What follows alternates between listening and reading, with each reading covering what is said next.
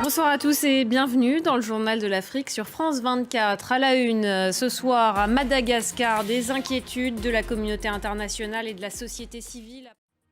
Allez, on va partir d'abord à Madagascar. Madagascar où à 7 mois de la présidentielle, les manifestations à caractère politique dans un lieu public.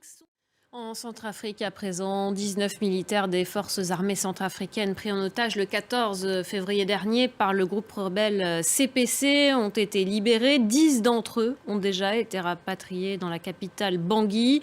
La Centrafrique où une nouvelle attaque rebelle à l'ouest près de la frontière camerounaise a visé des paramilitaires russes de Wagner et des soldats des forces armées centrafricaines.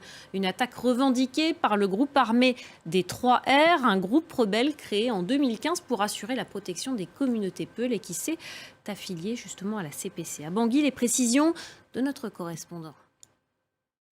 En République démocratique du Congo, à 9 mois de l'élection présidentielle, le chef de l'État, Félix Tshisekedi, continue de mettre de l'ordre dans les rangs de sa coalition politique. L'Union sacrée de la nation a signé sa toute première charte, un texte taillé sur mesure pour accompagner la candidature du président. À Kinshasa, on retrouve Aurélie Bazaraki-Bangoula.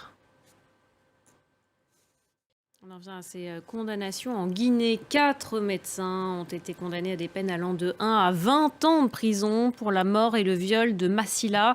La mort de cette jeune femme de 25 ans il y a 2 ans.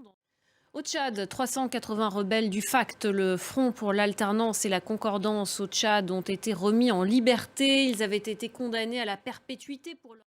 Et enfin, les Tunisiens l'utilisent pour tout, comme stimulant, pour relever le goût du café, pour soigner les enfants malades ou encore pour parfumer les maisons. L'eau de fleurs d'oranger est considérée comme l'or blanc du pays et vous allez voir que sa cueillette a débuté.